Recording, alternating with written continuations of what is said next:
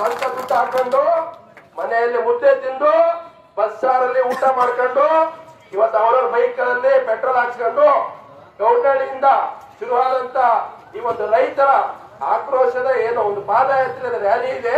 Tehsil officer ಬರಬೇಕಾದ್ರೆ ಕನಿಷ್ಠ 3 ಗಂಟೆ ಹಿಡಿದಿದೆ. ಇದು ನಮ್ಮ ಶ್ರಮ, ನಮ್ಮ ಬೆವರು. ದಯಮಾಡಿ ರಾಜ್ಯ ಸರ್ಕಾರ ನಮಗೆ ಅನ್ಯಾಯ ಮಾಡಬಾರದು. ನೀವು ಚುನಾವಣೆ ಮಾಡ್ಕೊಂಡು ಸಾಯ್ರಿ, ಆದ್ರೆ ನಮ್ಮ ಜನರನ್ನ ಸಾಯಿಸಬೇಡಿ. ನಮ್ಮ ಜನರಿಗೆ ನೀರು ಕೊಡಿ. ಇವತ್ತು ನಿರಂತರವಾಗಿ ತಿಪ್ಪೇಸ್ವಾಮಿ ಇರಬಹುದು, ಅನೇಕ ಹೋರಾಟಗಾರರ ಶ್ರಮ ಇವತ್ತು ತಾಲೂಕಿನಲ್ಲಿದೆ. ಯಾರು ಕೂಡ ಅದನ್ನ ಅಲ್ಲಗಲಿಬಾರದು. ಪ್ರತಿಯೊಬ್ಬರು ಹೋರಾಟ ಮಾಡಿದ್ರೆ ಫಲವಾಗಿ ಇವತ್ತು ನಾವೆಲ್ಲರೂ ಕೂಡ ಇವತ್ತು ಎಲ್ಲೋ ಒಂದ್ ಕಡೆ ಹಂತಕ್ಕೆ ಬಂದಿದ್ದೇವೆ. ಜಿಲ್ಲಾ ಮಟ್ಟದಲ್ಲೂ ಕೂಡ ನೀರಾವರಿ ಹೋರಾಟಗಾರರು ಕಳೆದ 4 ದಶಕದಿಂದ ಮಾಡಿರೋ ಹೋರಾಟ. ಬಹಳ ಜನ ರಾಜಕಾರಣಿಗಳು ತಮ್ಮ ಬೆನ್ನನ್ನು ಪಡ್ಕೊಳ್ತಾರೆ, ನಮ್ಮಿಂದ ಆಯ್ತು. ಹೌದು ಸ್ವಾಮಿ, ನಿಮ್ಗೆ ಪದ್ಧತಿ ಇದ್ದಿದ್ರೆ ನೀವ್ಯಾಕೆ ಇದಕ್ಕೆ ಜಾರಿ ಹೊಡಿತಿಲ್ಲ? ಯಾಕೆ ಹೋರಾಟಗಾರರು ಪದೇ ಸ್ಥಿತಿಗೆ ಬಂದ್ರು? ನಿರಂತರ ಹೋರಾಟಗಳು ಯಾಕೆ ಮಾಡಿದ್ರು? ಇವತ್ತು ಸರಿಯಾದ ಟೈಮ್ ಇದೆ, ಸರಿಯಾದ ಸಂದರ್ಭಕ್ಕೆ ನಾವು ನೋಡಲಿದ್ದೀವಿ. ನೀವು ನಮಗೆ ಆ ಏನ್ ಕಲ್ವಳಿ ಭಾಗ ಇರ್ಬೋದು, ಪರಮಗಿರಿ ಇರ್ಬೋದು, ಐಮಂಗಲ ಇರ್ಬೋದು, ಈ ಎಲ್ಲ ಕೆರೆಗಳು ಕೂಡ ತ್ವರಿತವಾಗಿ ನೀರು ಹರಿಸಿ DPR ಇರತಕ್ಕಂಥದ್ದನ್ನ ಸಂಪುಟದ ಮುಂದೆ ತಂದು ಕ್ಲಿಯರ್ ಮಾಡಿ, ನಮಗೆ ಒಣ ಮಾತುಗಳು ಬೇಡ, ಕಣ್ಣೊರೆಸುವ ತಂತ್ರ ಬೇಡ, ನಿಮ್ಮ ಬಣ್ಣ ಬಣ್ಣದ ಮಾತುಗಳು ನಾವು ಕೇಳಲ್ಲ.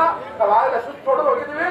ನಮಗೆ ನಿಮ್ಮ ಭರವಸೆ ಬೇಡ, ನಮಗೆ ಕಾಮಗಾರಿ ಆಗ್ಬೇಕು, ಶಂಕುಸ್ಥಾಪನೆ ನೆರವೇರಿಸಬೇಕಂತ ಹೇಳ್ತಾ ಎಲ್ಲ ರೈತರು ಒಂದಾಗಿದ್ದೀವಿ. ಒಂದ್ ವೇಳೆ ನೀವೇನಾದ್ರೂ ನಮಗೆ ನೀವು ಕೊಟ್ಟ ಭರವಸೆ ಅಂತೆ ಆ DPR ಅಪ್ರೂವ್ ಮಾಡದೆ ಹೋದ್ರೆ ನಾವು ನೀರಾವರಿ ಸಚಿವರ ಮನೆ ಮುಂದೆ ದಂಡಿ ಮಾಡ್ಬೇಕಾಗತ್ತೆ. ಅಲ್ಲಿಗೆ ಬರ್ತೀವಿ. ನಾವಿದ್ದು ಮುಂದೆ ಹಿರಿಯದಲ್ಲಿ ಹೋರಾಟ ಮಾಡಕ್ ಆಗಲ್ಲ. ನಮ್ಗೆ ಪದೇ ನಮ್ ಕೆಲಸ ಬಿಟ್ಟು ರೈತರು ಬರಕ್ಕಾಗಲ್ಲ. ನಾವು ನೀರಾವರಿ ಸಚಿವರ ಮನೆಗೆ ಬರ್ತೀವಿ, ನೀರಾವರಿ ಸಚಿವರ ಮನೆಗೆ ಮುತ್ತಿಗೆ ಹಾಕ್ತಿವಿ. ನಾವು ಯಾರು ವೈಯಕ್ತಿಕ ಸಚಿವರ ಮೇಲೆ ಸಿಕ್ಕಲ್ಲ. ನಮ್ಮ ನೋವು, ನಮ್ ಹೊಟ್ಟೆ ಬೆಂಕಿ ಇದೆ. ನಮ್ಮ ಭಾಗದಲ್ಲಿ ಇವತ್ತು ಜನ ಸತ್ತೋಗ್ತಾ ಇದಾರೆ. ಇನ್ನು ಮಳೆಗಾಲ ಕೈ ಕೊಟ್ಟಿದೆ, ಮುಂಗಾರು ಕೈ ಕೊಟ್ಟಿದೆ, ಇವತ್ತು ಹತ್ತಿ ಉಳುತ್ತಾ ಇದೆ, ಇವತ್ತು ಈರುಳ್ಳಿ ಆಗ್ತಾ ಇಲ್ಲ. ಎಲ್ಲವೂ ಕೂಡ ನೀರಿಲ್ಲ, ಬೋರ್ಗಳು ಒಣಗೋಗಿದ್ದಾವೆ. ನಾವು ಗುಳೆ ಹೋಗುವಂತ ಸನ್ನಿವೇಶ ಬಂದಿದೆ. ಒಂದು ರಾಜ್ಯ ಸರ್ಕಾರಕ್ಕೆ ನಮ್ಮ ಮಾನ ಪ್ರಾಣ, ನಮ್ಮ ಸಂಪತ್ತು, ನಮ್ಮ ಬದುಕನ್ನು ಉಳಿಸತಕ್ಕಂಥ ಜವಾಬ್ದಾರಿ ಇದೆ.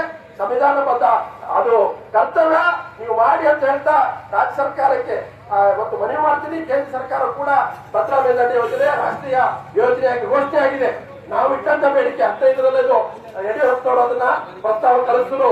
ನಾವು ಮನವಿ ಪತ್ರ ಕೊಟ್ಟಿದ್ದೀವಿ. ಬೆಂಗಳೂರಿನಲ್ಲಿ ಕಡ್ಲೆಕಾಯಿ ಮಂಡಿಯಲ್ಲಿ ಸಭೆ ಇದ್ದಾಗ ನೀರಾವರಿ ನಿಯೋಗದಿಂದ ರಾಜ್ಯದಿಂದ ಪ್ರಸ್ತಾವನೆ ಕಳಿಸಿ ಅಂತ ಮನವಿ ಕೊಟ್ಟಾಗ ಯಡಿಯೂರಪ್ಪ ಚೀಫ್ ಮಿನಿಸ್ಟರ್ ಆದ ತಕ್ಷಣ ಅವ್ರ ಪ್ರಸ್ತಾವನೆ ಕಳಿಸಿದ್ರು. ರಾಷ್ಟ್ರೀಯ ಯೋಜನೆ ಘೋಷಣೆ ಆಗಿದೆ. ನಿರ್ಮಲಾ ಸೀತಾರಾಮನ್ ಅವರು 2023-24ರಲ್ಲಿ 5,300 ಕೋಟಿ ಕೊಡ್ತೀವಿ ಅಂತ ಹೇಳಿದ್ರು. ಇಲ್ಲಿವರೆಗೂ ಒಂದೇ ₹1 ಬಿಡುಗಡೆ ಆಗಿಲ್ಲ. ಬಿಜೆಪಿ ಅವರಿಗೂ ಹೇಳಬೇಕಾಗುತ್ತೆ ಧಿಕ್ಕಾರ.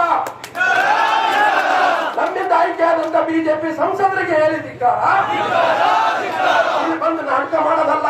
ನಾವು NDA, ನಾವು JDS, ನಾವು ಬಿಜೆಪಿ, ನಾವು ಕಾಂಗ್ರೆಸ್ ಎಲ್ಲ ನಾಟಕಗಳು ಬಂದ್ ಮಾಡಿ, ನಿಮ್ಮ ನಾಟಕ ಕಂಪನಿಗಳು ಬಂದ್ ಮಾಡಿ. ಯಾಕಂದ್ರೆ ನಾವು ಬದುಕಿದ್ರೆ ನಿಮ್ಗೆ ಓಟು, ನಾವು ಬದುಕಲಿಲ್ಲ ಅಂದ್ರೆ ನಿಮ್ಗೆ ಓಟ್ ಇಲ್ಲ. ನಾವು ಬದುಕಿದ್ರೆ ನಿಮ್ಗೆ ಓಟು. ದಯಮಾಡಿ ಅರ್ಥ ಮಾಡ್ಕೊಳ್ಳಿ, ನಮ್ಮ ನೋವನ್ನು ಅರ್ಥ ಮಾಡ್ಕೊಳ್ಳಿ. ನಮ್ ಕಣ್ಣಲ್ಲಿ ನೀರು ಬರ್ತಾ ಇಲ್ಲ, ರಕ್ತ ಬರ್ತಾ ಇದೆ. ಇನ್ ಮುಂದೆ ರಾಜ್ಯ ಸರ್ಕಾರ, ಕೇಂದ್ರ ಸರ್ಕಾರ ಎರಡೂ ಕೂಡ ನಮಗೆ ವಿರೋಧಿಗಳೇ.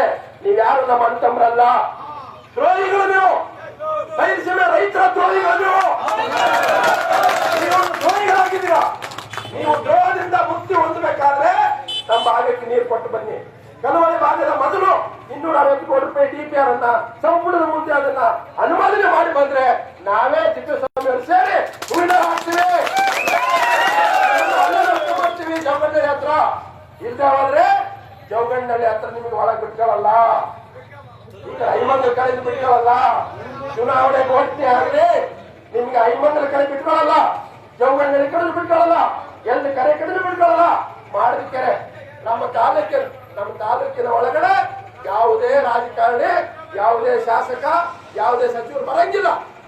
ಹಾಗಂತ ನಾವೇ ನಿಮ್ ವಿರೋಧಿಗಳಲ್ಲ. ನಮ್ಮ ನೋವಿದೆ, ನಾವು ಬದುಕಬೇಕು. ಹಾಗಾಗಿ ಇವತ್ತು ತಹಸೀಲ್ದಾರ್ ಮೂಲಕ ಉತ್ತರ ಪಡಿತೀವಿ. ನಾವು ಬರೀ ಮನವಿ ಪತ್ರ ಕೊಡ ಏನಾಗಿದೆ, ಏನ್ ಮಾಡ್ತೀರಾ ಮುಂದೆ, ಯಾಕಂದ್ರೆ ಮಾತ್ರ ಶಾಸಕರಿಲ್ಲ.